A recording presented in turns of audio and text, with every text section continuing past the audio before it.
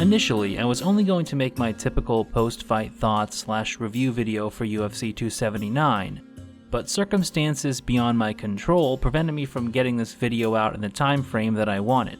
So I apologize for the fact that it is so unusually late.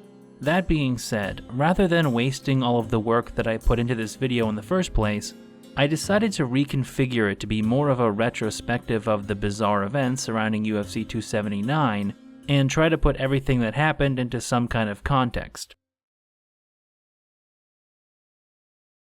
It wouldn't be an exaggeration to say that the events surrounding UFC 279 were in many ways unprecedented. A press conference being cancelled for the first time, a main event fighter missing weight by a huge margin, resulting in the main event being scrapped, then the top 3 fights on the card being completely reshuffled, in addition to a string of other perplexing incidents that happened before and after the fights. This was certainly within the top 5 weirdest fight weeks we've ever seen. But the story of UFC 279 goes back much farther than the few days leading up to the event. Like many people, when I heard that the UFC managed to book Diaz vs. Chimaev for UFC 279, I thought this was about as close as they could come to putting a hit out on Nate. The idea of this fight had been floated at least as far back as Chimaev's victory over Li Jingliang, and again after he beat Burns. It didn't make sense in either case, unless you understand how the UFC operates and what their relationship with Nate has been like historically. During his time competing for the promotion, Nate and the UFC have had a difficult relationship. For most of his career, Diaz was stuck in a notoriously terrible UFC contract. In his fight with Rafael dos Anjos, which was his 20th fight under the UFC banner, he took home only $16,000. Nate has also been at odds with the UFC brass over the years. It's easy to forget that Nate was once suspended 90 days and fined $20,000 for a tweet that violated the UFC's Code of Conduct policy, something that would be almost unthinkable in today's UFC, where seemingly anything goes when it comes to trash talking. Similarly, Nate has often found himself in conflict with Dana White. During one clash in 2014, the UFC president infamously said that Nate wasn't a quote-unquote needle mover. Dana would eventually have to eat those words after Rafael dos Anjos pulled out of his UFC 196 fight with Conor McGregor, and Nate stepped up to fight Conor on 11 days' notice. Nate submitted a steak and eggs filled Conor in the second round of a fight that would become one of the highest grossing pay-per-views in UFC history. In the process, Nate landed himself a $500,000 payday, a sum of money that would have been inconceivable only a few years prior. Then Nate and Conor fought again at UFC 202, which broke the UFC pay-per-view record altogether. Not only did Nate negotiate himself a $2 million check for the rematch, he had become a certified star in the process. The Diaz brothers always had a cult following, but now Nate was easily one of the top 5 biggest stars in the UFC, if not top 3, right after Conor and Khabib. He was so popular that his star power was enough to boost individuals like Jorge Masvidal into the upper echelons of UFC fame. And yet, his relationship with the UFC has remained rocky to this day. One of the defining aspects of Nate's career has been long gaps of inactivity due to disputes with the company. The guy who had fought 13 times between 2008 and 2011 also went 3 years without fighting between the rematch with Conor and his fight with Anthony Pettis. Then there was a 19-month span between his fights with Jorge Masvidal and Leon Edwards. Since that fight with Edwards, it seemed like his relationship with the UFC had become more strained than ever before. Over the last year, he has repeatedly aired out his frustration with the UFC's unwillingness to give him a fight, specifically a fight against fan favorites like Dustin Poirier or Tony Ferguson. It got so bad that Nate was recently asking the UFC to cut him.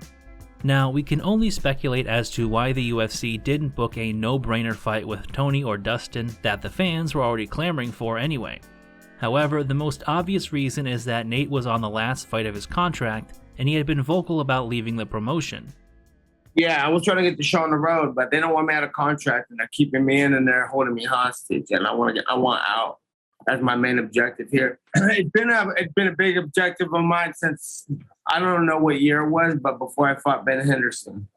A generous interpretation of the way the UFC operates would be to say that they don't like letting big-name fighters leave the promotion without getting another guy over first. In this case, the surging Khamzat Chimaev. Then, basically out of the blue, 2 months ago, it was announced that Diaz vs. Chimaev was booked for UFC 279.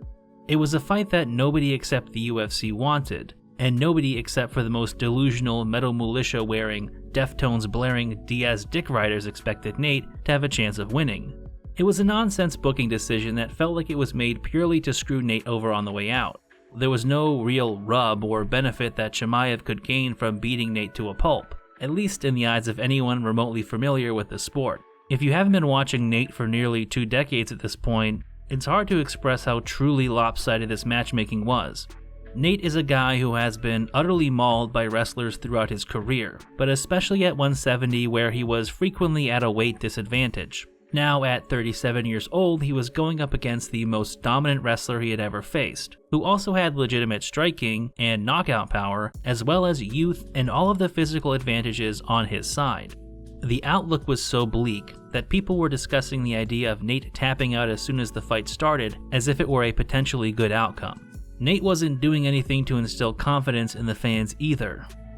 During the lead up to the fight, Diaz was making comments that were a bit alarming, like saying that he didn't want the Khamzat fight to begin with and that he gave up on preparing for it. Yeah, for sure. So I gave up on preparing. I'm just like, whatever. Beat me. Chimaev was doing his typical pre-fight spiel about wanting to kill Nate and rip his head off because he's a real Chechnyan gangster or whatever. As the fight approached though, Chimaev seemingly couldn't contain his unbridled rage. In the days leading up to UFC 279, Khamzat was involved in multiple different altercations with fighters not named Nate Diaz. First, there was a bizarre incident that occurred at the UFC Performance Institute involving Paulo Costa and Jake Shields. If there is some prior beef between Costa and Chimaev, I can't really recall it. Either way, Chimaev made comments about Costa getting fucked in the ass by Adesanya, while he was definitely, totally being held back by his teammates. Next, we have the equally weird beef with Kevin Holland. Similar to Costa, there may be some prior hostility between these two, but the beef really started to heat up during the media day for UFC 279 when Kevin said that Khamzat is a fake gangster who only acts that way in front of the cameras. Do you still feel like he was rude? I feel like he likes the fucking media. I feel like, he only does this extra wannabe street shit when the media's around. Other than that, he doesn't do it. So, yeah. When you guys aren't around, he wants to do fist bumps and he wants to be your best friend. When you guys are around, then all of a sudden he's like, I'm gonna rip your fucking head off. You ain't ripping shit off, dog. Let's be real. Chimaev would reply to an MMA Junkie Instagram post by alleging that he slapped Holland at the hotel, which Kevin claimed was untrue. Holland also probably added some fuel to the fire when he said he would cut Chimaev's beard off with a Manscaped razor. Matter of fact, I noticed you guys just really want this fucking Chimaev beef. Since you guys want it, bring me some fucking Manscaped clippers. I'm cutting his fucking beard off tomorrow. This led into what would have been the UFC 279 press conference. The details of what happened backstage are a bit murky, but according to Ariel Helwani, Khamzat Chimaev kicked Kevin Holland in the chest and a bit of a fracas ensued. The fight was broken up by Tiki Gosen, but then things spilled over into an altercation between Chimaev's team and the Diaz entourage, which may have contained as many as 50 people depending on who you believe. Water bottles were thrown, which isn't really surprising if you're familiar with the scrap pack, and then the situation was deemed so dangerous that the UFC decided they couldn't safely have a press conference. So, after a short session with Holland and Rodriguez, it was called off for the first time in UFC history. Yeah, I said it happened. I apologize, everybody. I am in very weird waters here. This has never happened in the history of this company. So, trust me when I tell you this is the right decision not to do this press conference right now. And Now, I've watched every angle of this supposed brawl that I can find, and I still don't have a clear idea of what happened. Both the Chimaev and Diaz sides have produced their own edited version of the events, which was part of the reason why I waited to put this video out. I wanted to see if there was any new information revealed. Not so much. All we can say for sure is that there was some kind of altercation between Chimaev and Holland, and then the Diaz camps threw water bottles at the Chimaev camp, causing this massive shit show that was so dangerous that the UFC decided to call the press conference off early. The waters have only been further muddied because of a clip showing Darren Till arguing with Kevin Holland, which led some people to believe that this was the impetus for the backstage altercation. In reality, this took place after the aborted press conference, while the Chimaev crew were on their way to a restaurant. Somehow, things only got crazier and more confusing from here. On the day of the weigh-ins, Khamzat missed weight by 7.5 pounds. Chimaev then shrugged and said, "Not that bad," before doing the traditional weight miss front double bicep pose and giving everyone the middle finger. It's kind of hard to explain how big of a fuck up this was. I can count the number of times a fighter has missed weight by this much on one hand. I can't recall it ever happening in a fight of this magnitude either. I mean, Khamzat was literally closer to the middleweight limit than the welterweight limit. That is how much he missed weight by. Nate refused to fight Khamzat at a catchweight, so the UFC scrambled to figure something else out. At what was essentially the last minute, they managed to shuffle around the top 3 fights on the card. Now, Nate was fighting Tony Ferguson, who was previously supposed to fight the Leech Li Jingliang. Khamzat was now going to fight Kevin Holland, with the stipulation from Holland that it had to be a 5-round fight. Finally, Li Jingliang was matched up with Daniel Rodriguez, who was supposed to be fighting Kevin Holland. And just to make it a little more confusing, because we really needed that, since D-Rod took the fight with Holland on short notice, and their fight was a 180-pound catchweight fight, the fight with Lee was also turned into a 180-pound catchweight. Additionally, both Hakeem Dawodu and Chris Barnett missed weight, with Dawodu weighing in at 149.5 for a featherweight fight, and Barnett somehow missing the heavyweight limit of 266 pounds by 1.5 pounds. Also, the fight between Irene Aldana and Macy Chiasson was changed from a bantamweight fight to a 140-pound catchweight. So altogether, there were 3 weight misses and 3 catchweight fights made, which, if it's not some kind of record, it feels like it's probably close. Despite the insane last-second shakeups, the new fight card was actually better than the original had been. Specifically, the change to the main event, now Diaz vs. Ferguson, was exactly the kind of fight that both Nate Diaz and the MMA fans had wanted all along. It was almost too good. For some people, the fact that a day before he weighed in at 178.5, Chimaev had been involved in an altercation with a guy who just so happened to be scheduled for a 180-pound catchweight fight was a bit too convenient. There was also the questionable circumstances of the press conference cancellation. Given the fact that the UFC didn't cancel a press conference after Conor flew in a bunch of goons from Ireland and threw a trolley at a bus, it seemed a bit suspicious that they would do so because a few water bottles were thrown around backstage. Add to that the speculation about Khamzat missing weight. Much like the backstage brawl, we've heard multiple conflicting stories about why Khamzat missed weight. One question by Joe Rogan at the ceremonial weigh-ins, Khamzat, who was flipping off the crowd again, claimed that he was told to stop. They stopped that shit. I don't know. I want to more continue that shit. According to Khamzat, at 4 in the morning the night before the weigh-ins, he was told by a doctor that he needed to stop cutting weight. After the fight, Brett Okamoto claimed on Twitter that Khamzat's coach, Andreas Michael, said that he made the decision to call off the weight cut. Andreas later went on to the MMA Hour to discuss the entire weight-cutting fiasco. He corrected the record by saying that he did make the call to have Khamzat stop cutting weight, but only after Chimaev was having health problems and they requested to see a doctor. By Michael's account, Khamzat was having muscle spasms, vomiting, and passing out when he tried to stand up. The doctor advised them not to continue cutting weight, so Andreas called a stop to it. I did an interview now, and a lot of people say, no, but it was his decision, bro. Yeah, of course it was my decision. But I made the decision under the guidance of a physician. I'm going to stop the weight cut, as I think. I'm going to stop because I can't, with all honesty, I can't go against the doctor's words. Like, think if something happens, I'm going to forgive myself. Furthermore, Andreas explained that ever since Khamzat's bout with COVID, he's had trouble cutting weight. Ever since he got corona, Yeah. he's had a little bit of a hard time making the weight. Yeah. Ever since that issue, yeah. I must be honest with you. Like, his body has been like a little bit off with it when it comes down to like pushing it to the last like drop. This is an interesting explanation, but it leaves just as many unanswered questions as before. For instance, if Khamzat was experiencing health effects so severe that he was vomiting and passing out, what doctor in their right mind would clear him to take part in a cage fight in a day and a half, let alone a 5-round fight? After watching the vlog that detailed Khamzat's fight prep and weight cut, I didn't see anything that seemed that out of the ordinary. It looked like he was having a tough cut, but it was a far cry from Jose Aldo or Chris Cyborg.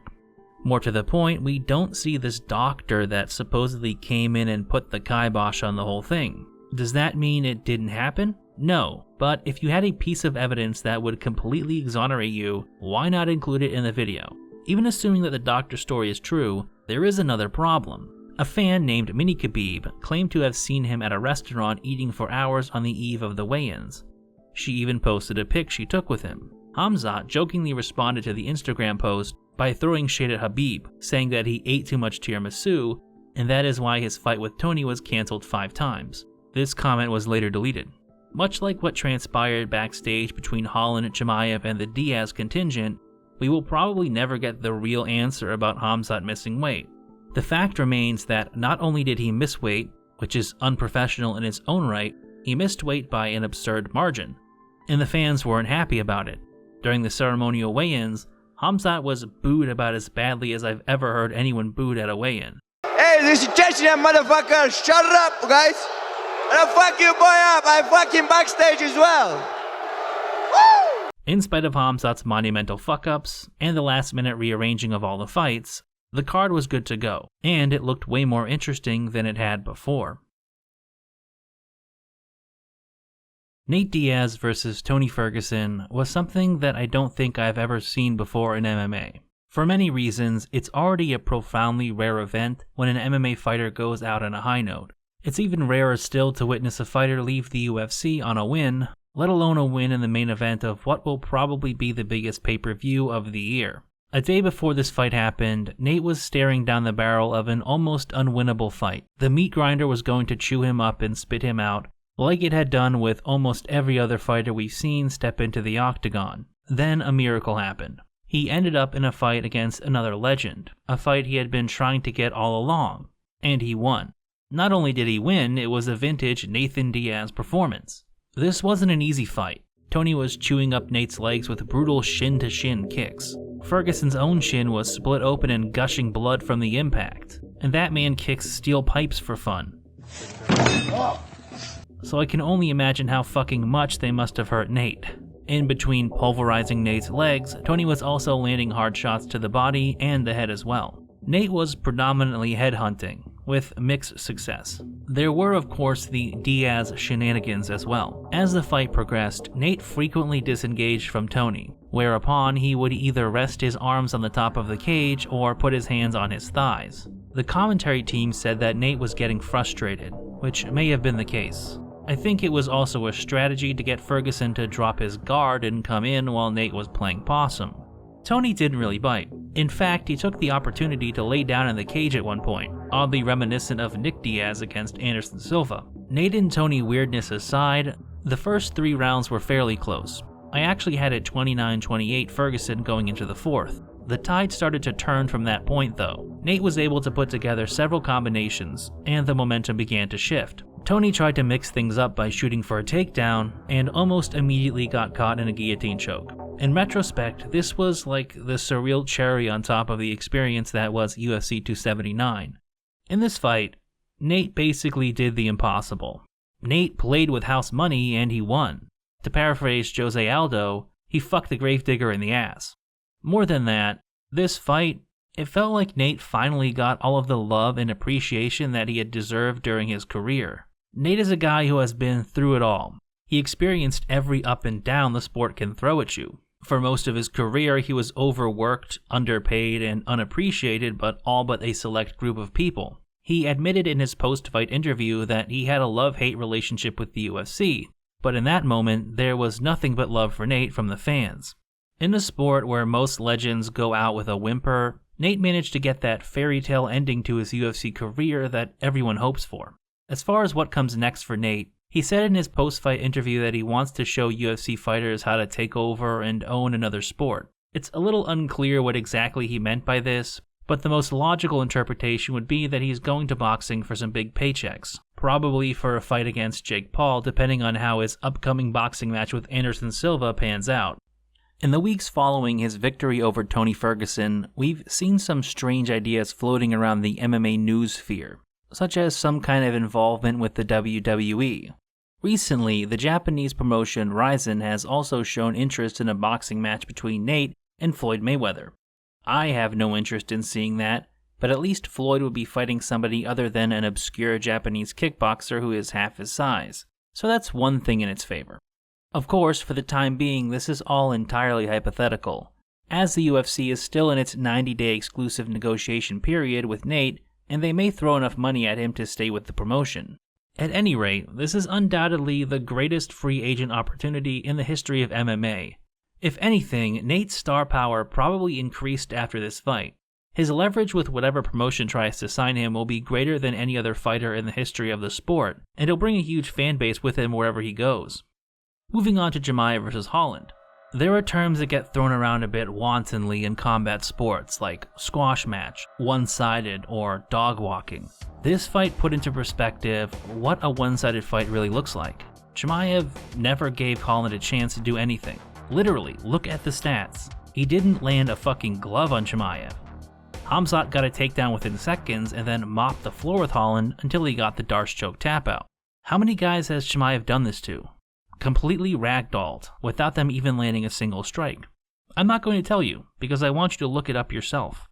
Go to his UFC stats page and just take it all in. He's running over elite fighters like they don't even exist. With the exception of Gilbert Burns, they've been like bugs on the grill of a semi. I don't think there is another fighter, maybe in the history of the entire sport, who is as overpowered in the first round as Chimaev. He just steps on the fucking gas from the opening seconds. The guy fights like he remembered he left the stove on or something. There is a level of rabid ferocity on display that is unlike anything I've ever seen before.